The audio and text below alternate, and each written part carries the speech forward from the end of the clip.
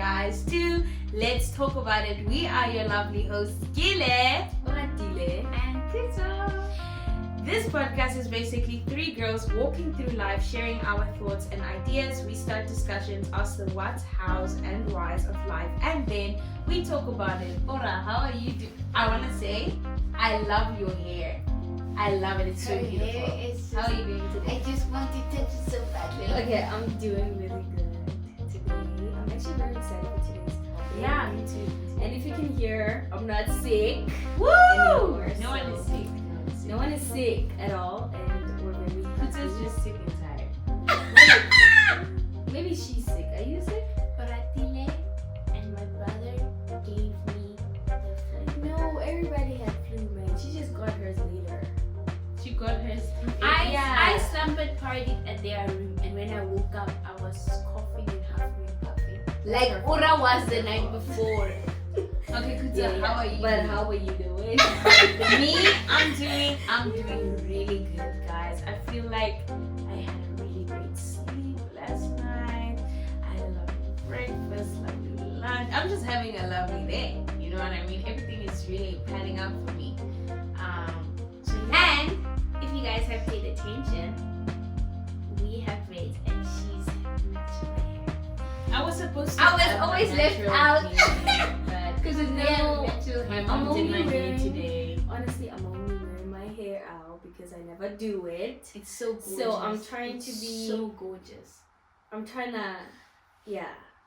I'm trying to. We're standing I'm trying with you. I'm trying to get out of that whole mindset of It's nowhere. gorgeous. But also, it's a little bit hot under here. But Is I love it? it. I But love it's it. love winter. it. It makes me. It feels like earmuffs. Yeah. But it has good circulation.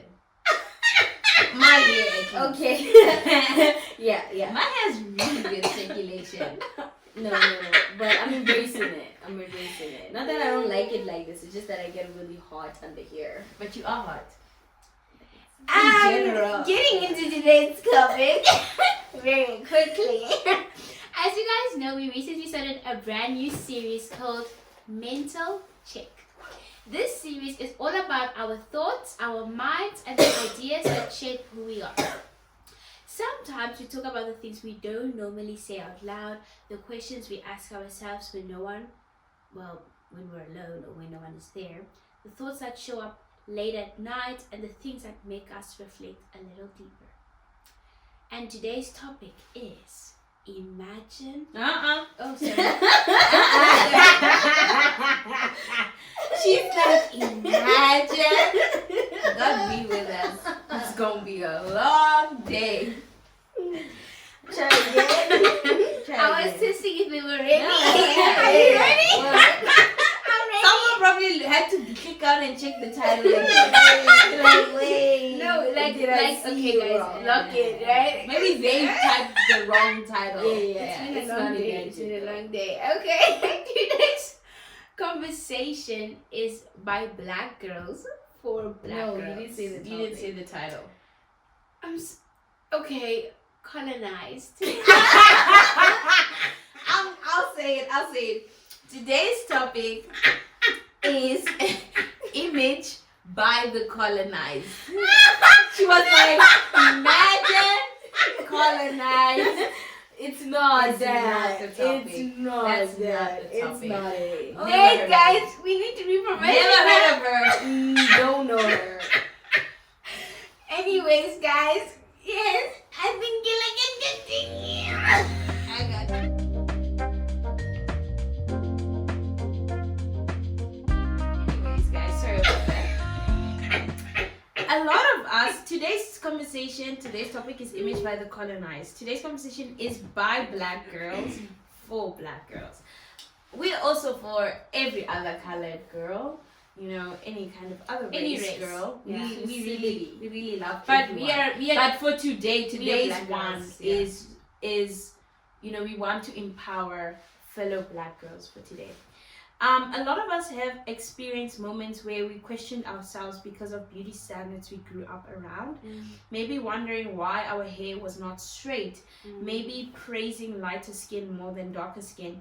maybe criticizing ourselves because of our skin tone, our features, or our natural hair. Or maybe growing up in spaces where darker skinned girls were rarely called beautiful at all. And the truth is, many of these ideas did not appear out of nowhere. Today we can't talk, today we want to talk about how slavery, colonialism, media, and generational thinking shaped beauty standards for Black women, and how those standards still affect confidence, identity, and self image today. But we also want to talk about healing, self love, representation, and what it means to reclaim beauty on our own terms. We do not want to point fingers and say this, we really just today want to promote. Almost like start a new revolution for beauty as a Black woman. That's really our message for today, and we want that to echo more than anything else. Let's go into the second segment, which Ura will do stats and facts for us. Yes. But before we begin, I also want to just add on that a lot of that we're going to be saying is our view, our experiences, and our own opinions. Because a lot beauty standards is very debatable, but we're talking from our point of view, what we have observed and what we have read on and experienced as a whole. Yeah. So everything that we say today, it'll just be solely from our own experience, how we view things, and how we would wish things to be in our own opinion from what we've observed. But I just thought I should say that's a really great it's a very touchy subject. Yeah, and people gets really personal quickly. It's a very personal experience. I think for each and every one of us, it's very vulnerable. But I think it's very important that we say it. We are not at all being discriminating anybody else who is not Black. No, it's for this is just our experience as Black girls. Yeah. But yes, and not to say that our experience is the only experience as well. Just keep in mind that we're talking from our experience and our stories, and we would love to hear your story and your experience. Because we come from different backgrounds and different experiences. No, for sure. But for the stats and facts, slavery and colonialism created racial hierarchies that associated closeness to European features with beauty, worth, intelligence, and social status. These ideas influenced generations of Black women and continue to affect beauty standards today. Eurocentric beauty standards often promoted lighter skin, straighter hair, and narrower features as the ideal form of beauty, while natural African features were devalued. During slavery and colonialism, lighter-skinned individuals were often treated differently and sometimes given privileges that darker-skinned people were denied, contributing to the roots of colorism. Hair also became deeply politicized, with natural Black girls, Black hair often labeled unprofessional, untidy, or unacceptable in schools and workplaces. Studies show that many young Black girls became aware of colorism and skin tone hierarchy from a very early age. The skin lightening industry continues to grow globally, showing how deeply colonial beauty standards still affect self-image today. These statements affected more than appearance. They shaped confidence, opportunity, identity, and even how Black women were treated socially, professionally, and romantically. But despite all this, Black women across generations have continued reclaiming their beauty, culture, and identity through natural hair movements, representation, art, fashion, storytelling, and self-love. Sure. So, yes. let's go into the questions. Sure. Wait, do you want to get into it? Because you're like, So go please, into let's it. give you some You know, chance I am to so say what you processing want this to say. everything that you just said, girl. Like, because it's still happening today. Like, I think what's like shocking is like these stats are happening because I've heard them before. You know, people saying that they were, you know, they went to school and, you know, that their hair was not acceptable because of school. I don't know who's writing the school rules, but someone said that their school didn't allow them to come with the way they wore their hair that day, or the kind of hairstyle they had. And we're not talking like, you know, extensions and all that. It was like their natural hair. And it's just so sad to hear that, you know, the standards that are made in these schools without the understanding of, you know, cultures. You know, I mean, you wouldn't expect, a school is a big part, or a workplace. It's you know, there's over, I don't want to even say hundreds, because I want to talk even the period. There's some schools that have been here since 1999, and they still haven't changed these rules.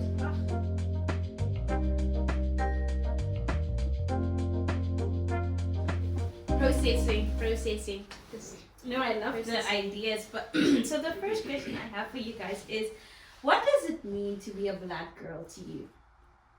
Like, I feel like it sounds like such a simple question, but in reality, that, you know, that is your reality. What does it mean to you to be a black woman? The skin, guys. We have different shades. Like, if you can look at the different shades, someone will just say you're black. No, girl, you gotta get educated.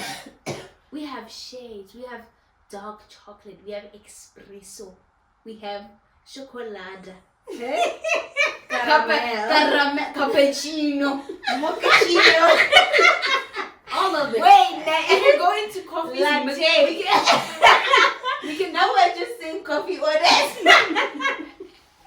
we can go to, if we go on a menu, we are in the milkshake section. In the I'm frappes. never seen a bubble gum.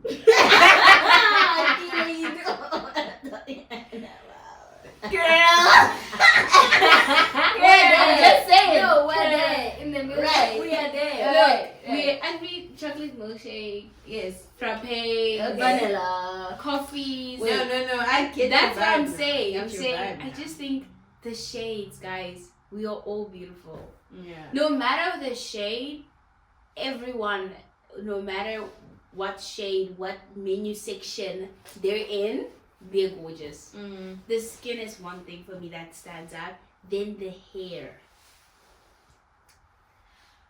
I'm not gonna say no names. No, but It was Ura. Ora, what about you? What is your, what does it mean to you to be a black girl? For me to be what it means Or a to black be a woman. black woman or a black girl is embracing our body shapes, specifically because I love that.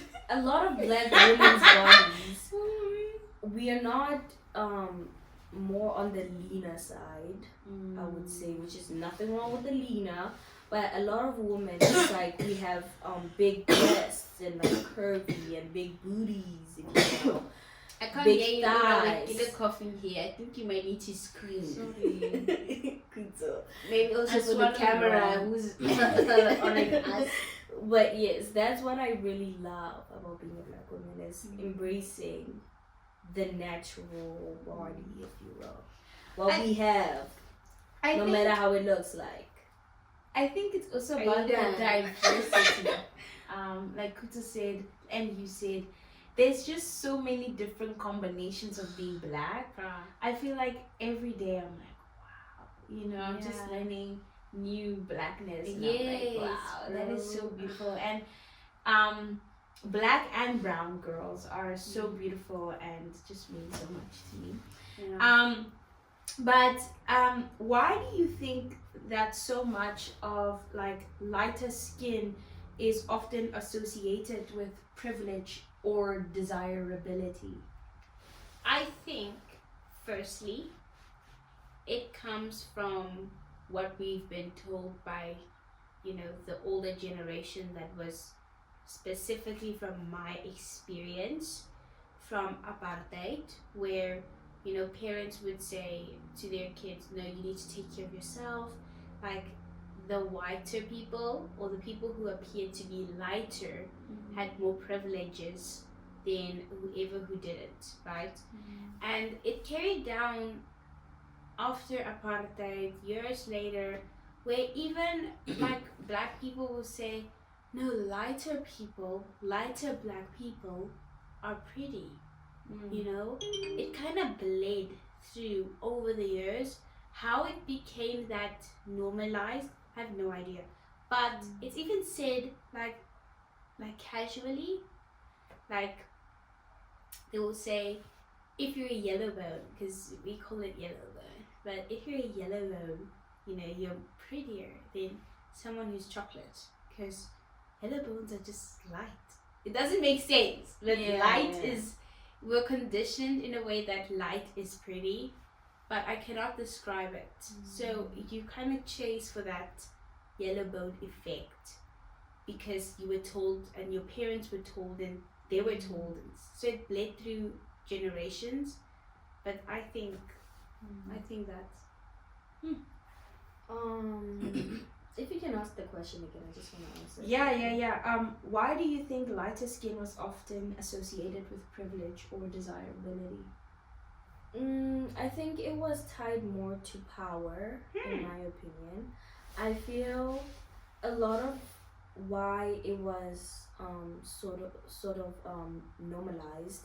It was so that the people who are in power are able to keep in power. Because if you say 1 and 2 3 is what is it, more valuable than 4 5 6, you're saying that you're teaching also people that they should not value 4 5 6. So I think that was sort of a way to keep control and to No, I think it's power. I agree with you in power as well, thinking in the mindset of business, of supply and demand. Yes. I think that if there's sometimes it's easier to make something better if there's little of it, Yes. because it's then not achievable by everyone. And so if you have it, you are the lucky few, which, like you said, is power. Yes. So who were the black women you looked up to growing up, specifically in media? Because I feel like we didn't think, there's not a lot. But when you think of your time when you used to watch movies or TVs and you're like, oh, she's that makes it a really look alike, or someone you looked up to in media. Okay, for me, when I was younger, if you guys don't know by now, I used to watch a lot of telenovelas. If I'm not watching telenovelas, I'm watching literally cartoons or something. But for me, growing up, somebody that I looked up to, actually one of the first people that we saw on television with like their hair out, or like a black girl, was Sky Jackson. Actually, she was one of the first girls that we saw on television, and her hair was like out like this, and we were all like, wow, she is a black girl and she has her hair out. But I want to say, like, for more recently, it was actually Black Panther. When Black Panther came out, that was like the first movie where it's like all black people, and all black cast.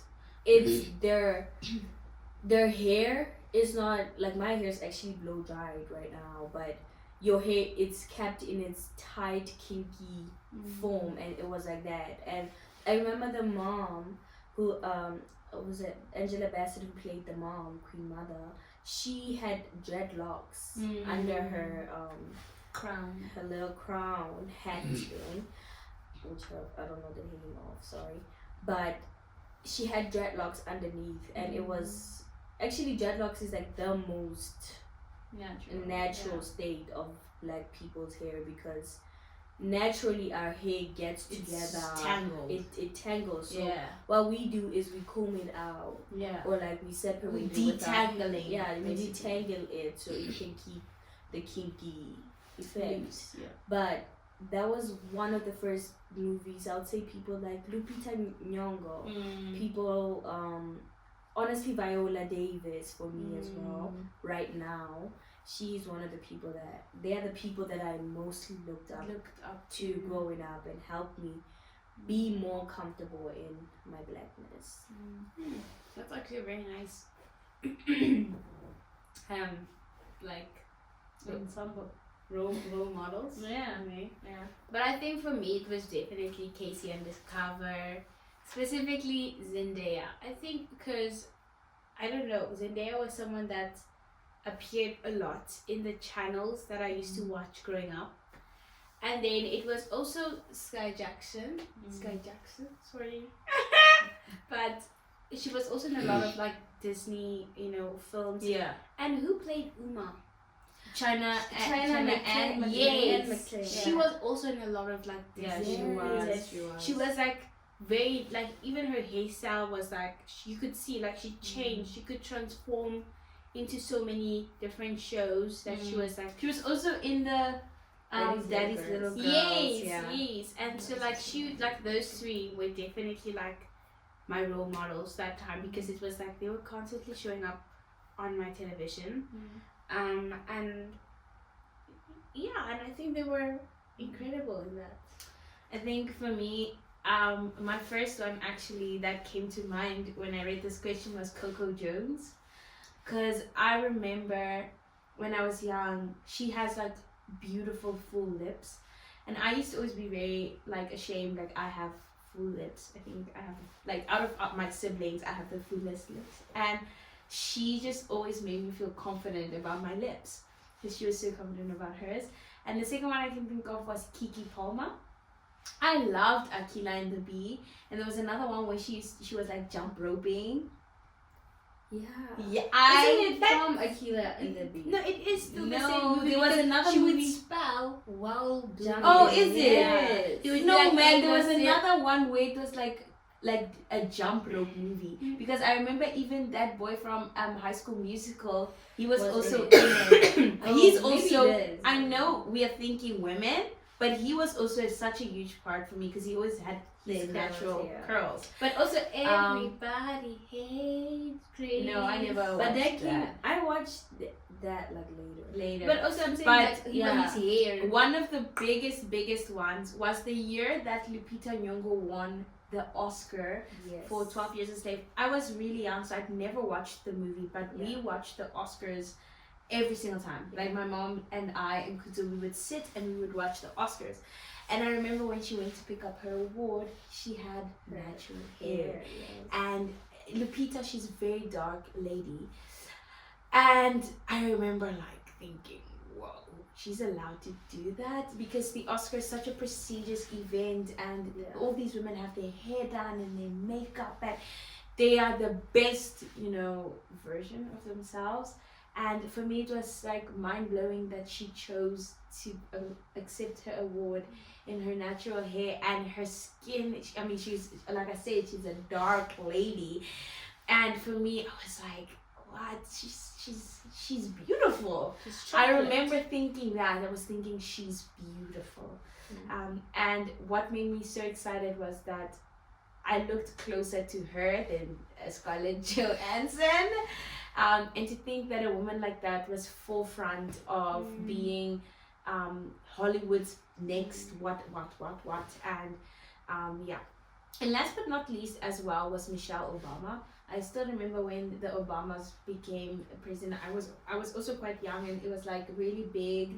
People were releasing songs like "The President's Black." So for me, it was like, and she was an academic woman, and she was Educated, she was. sophisticated. I think she was one of the first black first ladies that was so educated. She was just as educated as Barack, if not more. And I just thought, what? It was crazy for me that she's so educated and she's so beautiful, and she was the first lady of the United States of America, and she was black. So I think, obviously now, like, I think also American TV shows and movies really, because we grew up She was watching the first black First Lady. lady. You said the first lady. I was like, wait, what? No. The first No, but person. I mean, like we grew up watching a lot of American shows, and like in South Africa, I didn't watch a lot of South African shows, and I think that like when I was young, I knew of just Nelson Mandela. I didn't know when I was young. I knew of other presidents, but I didn't know like women who like for us. Wait, I think all of us watched Idols. A Yes. South African lady, I would say also that I looked up to was, I think her name was Unati.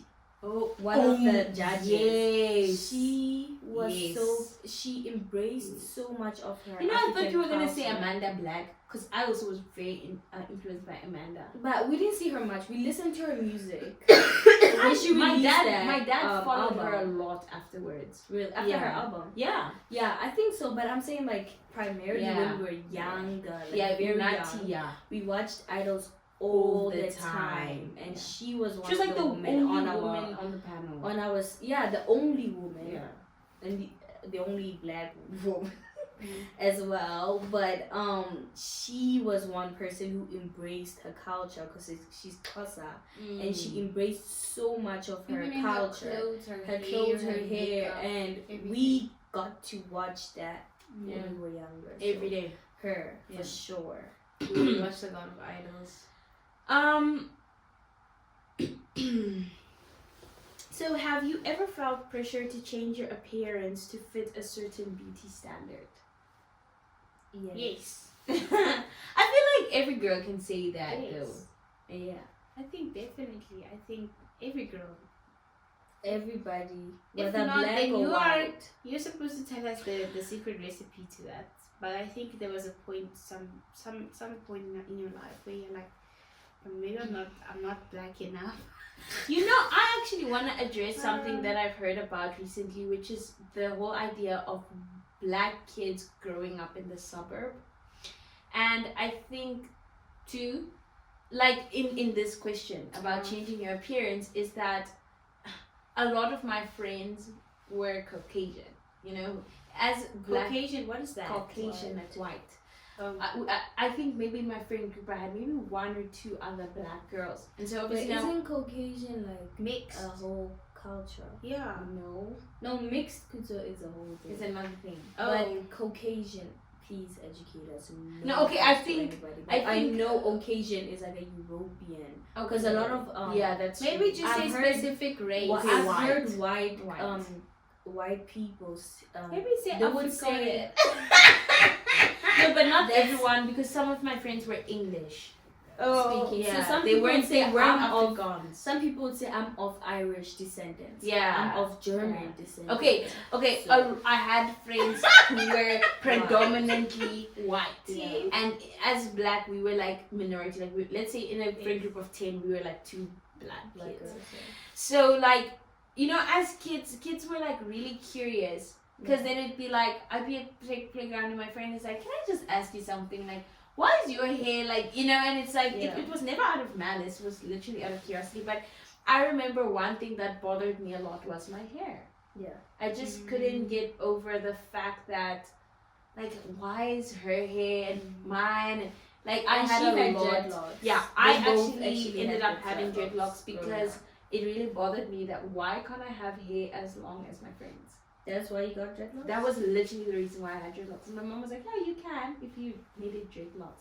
And when I had dreadlocks, I was like, why can't I comb through my hair like the other, And I remember actually getting an afro was liberation for me, because I ended up saying, I want to look really black. I want to look really African. And that's why I decided to get an afro. It sounds like stupid, but that was really my That was mindset. your form. Yeah. Because even having dreadlocks is fine. Because I know somebody's gonna listen to Kila and be like, No, Kila that saying was having my an afro experience. is more. No. My reason for doing dreadlocks was not. I don't want to say it was not pure. Yeah. You know, because I wanted to have long hair like my white friends, and therefore I did dreadlocks. Yeah. I wasn't trying a new African style, no. And even when I cut my hair, because I cut my hair when I was 16, I was having like an identity crisis, and I remember like looking myself in the mirror, and I felt like an imposter because I knew what my hair represented. You know, that hair for the me, hairstyle or you? the hair, my hairstyle, my hair. It for me, every time when I looked into the mirror, I felt like an imposter because I felt as though I not hated myself, but I didn't like myself, and I didn't like how I look, and I didn't like being black, and I remember when I cut my dreadlocks, I was ready to embrace fully being black, and look for the beauty in Afrocentric features.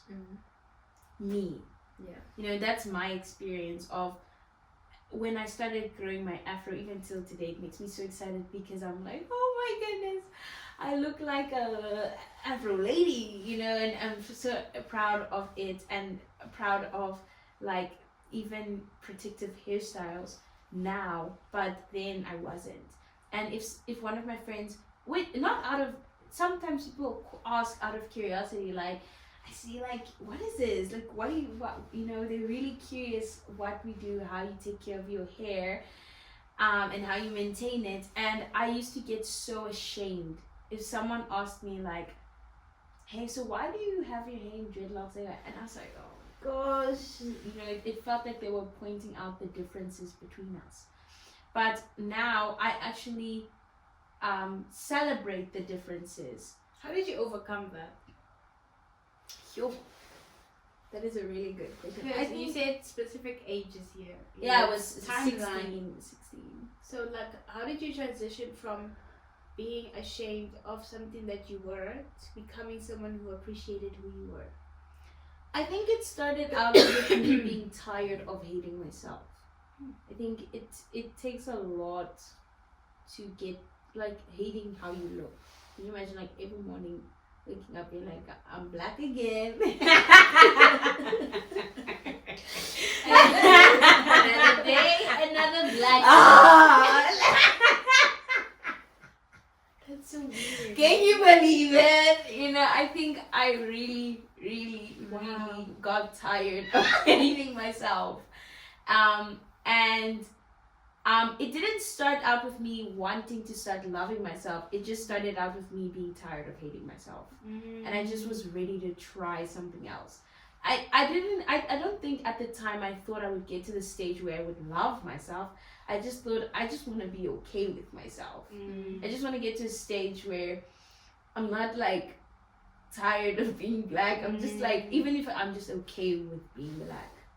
Okay. Yeah, that makes That's sense. how it started. Wait. When we started, before we, Kuzo was actually saying something before, and you were saying something about like, the concept of, being too black. Yes. And then these concepts of not being black enough. And I heard Kuzo saying something like, oh, you know, like, struggling with that. Your question was? The question? The question on there. The one I just read? No, the previous one. The previous one. Oh, Asking about if why you do you struggle. think lighter skin was Yeah. often associated with privilege or desire or villain? Yeah, that and then one. Kuzo was saying like not Explain. being black enough. Do you feel it's Yeah. something that you have struggled with personally? Yeah, I feel like Wow, you struggle with not being black enough. yes. And I struggled with being too black. Because I think for me it was having to prove a point to the kind of company I was surrounded by that I was black enough, because when I was around them they were just so black. like they were so into our culture and knew so much and behaved so much like each other that I associated that behavior or that knowledge to With being color. black enough. And I started to think that, okay, maybe it has something to do with our shades. Like, obviously, when you're young, you're trying to make sense of things in a way that you can visually see it. So, obviously, my company was, I was a very light kid. Like, growing up, like, even if you maybe can tell, like, I'm quite light, okay? We're different shades, okay? We're different shades. Anyways. Tell them your foundation shade. Have you heard the foundation shade? There was that toffee mocha loca, cappuccino mochaccino, chocolate loving. Yum yum yum. Charlie's Brownie. Chocolate Factory. Brownie brown. Devil's chocolate. I don't know. That's crazy. Right. Moving quickly from that conversation. No. Anyways. Right. Yes. Anyways. So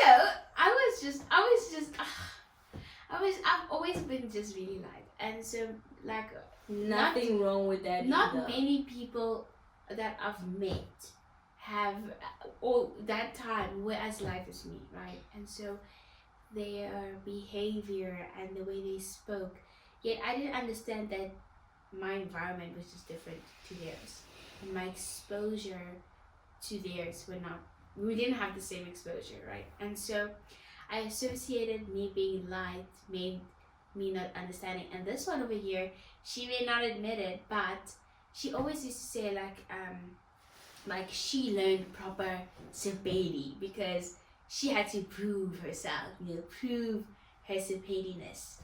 And so, but me on the other side, I didn't understand for the longest time what was she talking about until I started to interact with other, darker shader than me, and I started to see, they have the same shade as her. And I'm like, they have the same shade as her. So this shade is real blackness. The shade is real. But I think what she's trying to say is, so we moved. She thought that blackness was shade. Was shade. Like, It's not shade. for the longest time I thought You black. that I had to prove my blackness because of You're my shade. black. You're African. No, And I you're think beautiful. also we moved through different eras. Yeah. For sure, especially with beauty standards. If you look on the internet, you'll see something that we have in common, whether that's like a certain body type, or a certain shade, or whatever. But we moved through a season where having a lighter skin was more recognized and recognized as more beautiful. And then now we're moving through a season where, and there's nothing wrong with the shade itself or the person themselves or the color skin you're born with. There's nothing wrong with that specifically. It's just that we're going through seasons where somebody is more preferred than the other person in accordance to their skin shade or the color of their skin.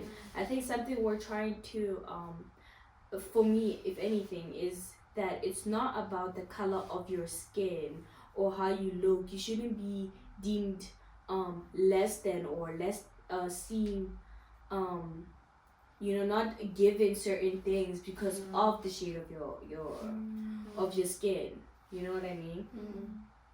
What we're speaking from is how we felt about ourselves due to what we were taught and seen, because media is a very big influence on the perception of ourselves. So it's like we move through different eras, but how can we stop that? How can we stop referring to shade of your skin, your culture? Because now it's not only about your skin, the color of your skin. It's now the culture you belong to, which is now also a problem. If you are, because I remember growing up, people, kids who were Dzonga or Venda were looked down on or were laughed at because people would say, if you're Dzonga or Venda, you're not, you're less than, or you're, they categorize you. Because actually I am Dzonga and Venda. People would look at you. You couldn't even say out loud to your friends or your friend group, being like, "Oh, I'm Dzonga" or "I'm Venda," because people would be like a little, they would look at you. The babies too. They would look at you a little bit weird. But I remember this one kid. She came to school like it was her first day at her school. She's walking around. She's like, "Me, I'm a V." Or like, "A V? What's a V?" And she's like, "Me, I'm a Venda." She's walking around the school. She's like, "I'm a Venda." First thing, I don't know what her name is yet, but she got to us. I remember the VIP. first time she's like, "I'm a V." I said, "Girl, what's a V?" She said, "I'm a Venda," and she came and she was one of the first people that I looked at, and she was so proud of her culture and the way and the languages she spoke and the way she looked, and I was like, wow. I looked at her, I said, wow, because I could never ever say to people that I'm Dzonga and Venda. So it was just kind of like, wow, beautiful. In short statements, what would you want young Black girls listening to hear about their beauty today? Don't try to change the way you look, or try to compare yourself to anyone in general. Even another black person, or another black girl, or another black boy, or anything of that sort. Don't compare, because you are not like anyone. You are unique, and sometimes we like to feel like we're not alone by saying, "But I'm a black person," right? That kind of gives you a big group of people that can make you feel good about yourself. One of my saying is, be proud of who you are. Whoever that is, be proud. You don't have to categorize yourself in a group or anything of that sort to feel worthy of wherever you come from, or whoever you are. Just be who you are. Do you, boo? And own it. What I would say specifically to the Black girlies is that do not allow the perceptions or all these other voices about this shade of your skin limit you to the places and the rooms that you would like to be in, because you belong in all those rooms. Because what we're trying to say, why we said image by the colonized, it's not saying that there's something wrong with people who have white skin tone. We're saying that what it was used for, it previously was to devalue you. It was to remove you from rooms. It was for to disqualify you. To disqualify you before even qualifying. That was a recall. Yeah. Oh my days! Did you catch it? She doesn't even remember from your that other time you were like, how can you be disqualified if you you started going crazy. You were like, wait, let me cook. You gotta qualify before you disqualify. It was the love one. We still have a rejection and my heart to love. She's like, you gotta qualify. You are going crazy. She was like, you gotta qualify. I said like that, and then you gotta be seen before She's like sitting next to me. She's like, girl. I'm like, she's like, I'm cooking. My face. Now what a callback. Yeah. Wow. But what I'm trying to say, in essence, is you belong. You belong. Yes. That's all. And what I want to say is that what I want to finish off with saying is that you were created, you were made.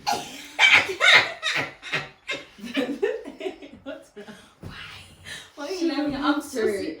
Oh no, I You see how that looks for us? We're like, she's about to cook. She was giving my was. No, when the grandfather. preachers, when my grandfather got serious, ne? He would take off his glasses. Yeah, and my grandfather was a preacher. You know, I was supposed to So she's trying to channel. Sorry, okay. God is a creator. Amen. And you were made the way you were made for a reason. Nothing about your hair, your nose, your curves is wrong. Your skin color is perfect. Your nose is perfect. Your hair is perfect. And don't try to damage it to be something that it never was be. Embrace Or tame your your roots. hair. Yes, embrace your roots. Comb that afro, girl. I do got braids today, but it is a protective hairstyle. My hair is kind of dry. And braids are Yeah. also deeply rooted in storytelling and Yes, fighting against girl. that Eurocentric. Do your braids, do your cornrows, comb your hair, do the bantu knots. Go You want Afro. dreadlocks? Get dreadlocks. get dreadlocks. You want a wig? You Keep want to your do wig. waves? Do your waves. Yeah, do be whatever you want. be you and We're embrace. just removing the mindset. Yes, embrace of your that. Africanism. You know what I mean, girl? Like, embrace it because you know what? You are uniquely you. Those beautiful lips of yours, hi. Yes, you. Show them because you're gorgeous. Okay, before we finish, I just want to say to the black, brown, and chocolate queens listening, you are beautiful exactly as you are. Ora. Your skin, your hair, your features, your culture, none of these were a mistake. Don't let history, media, or society convince you that you need to change yourself to deserve love, confidence, softness, or beauty. There is beauty in your natural self, and there always has been. There's never been anything wrong with you. Thank you guys so much. Wait. That's why I have a notebook. I'm Oh, trying to share oh, something. oh, yes, I oh, wanted yes. to share something. Oh, yes. Actually, I wanted to share a story of a woman, Sarah Bartman. Lock if you it. guys don't know who she is. Do you guys know who No, Sarah no. Bartman is? So I just wanted to share the story because it's very much rooted to the ideas. Or Girl, you're gonna have to do that in 2 minutes. I'm gonna try my best. So it's deeply rooted to the whole Eurocentric beliefs and the mindset that we have been really taught. And you know, okay. So Sarah Bartman, she was a Khoikhoi woman in the early 1800s. I don't think South Africa was called South Africa back then, but what is now known South Africa. She's a South African woman, and she's mainly known for this her body specifically, her buttocks. They were deemed like abnormally big or something, and she was actually taken to England first and then later France, and she was put in like a room as like an exhibit type of thing. So mainly white people would walk in and they would pay actually to come and look at her because she was deemed exotic or abnormal by this belief.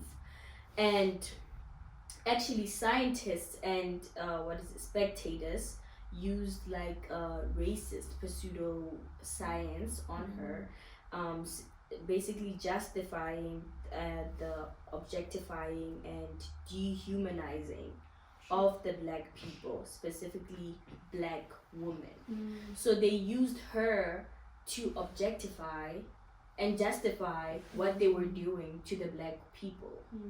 They used her body to show that, you see, if a woman has this, or if a woman Looks like this. specifically her butt. Why I label that is that a lot of black women have bodies like that, and her body was used as an exhibit that people paid for actually to come and look at.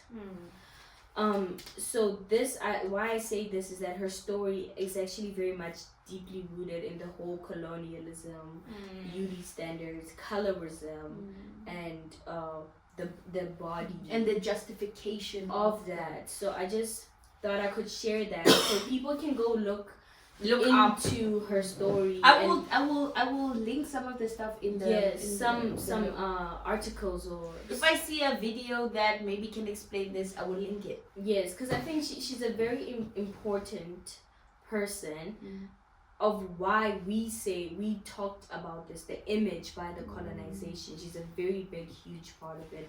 I didn't really explain her story very well, but it's just a little bit. I just wanted to bring. We did do our research, guys. I just wanted to bring her up. Sarah Bartman is her name. Yeah, and Please also look her up. look at Steve Biko, who brought the black consciousness in our country today, and died for it. So yes. yeah, educate yourself in these things, you know. Just in Africa, go check also in Europe and Okay guys, please don't forget to like, share and send this to all the beautiful people in your life. Thank you for tuning in to another episode of Let's Talk About It. Until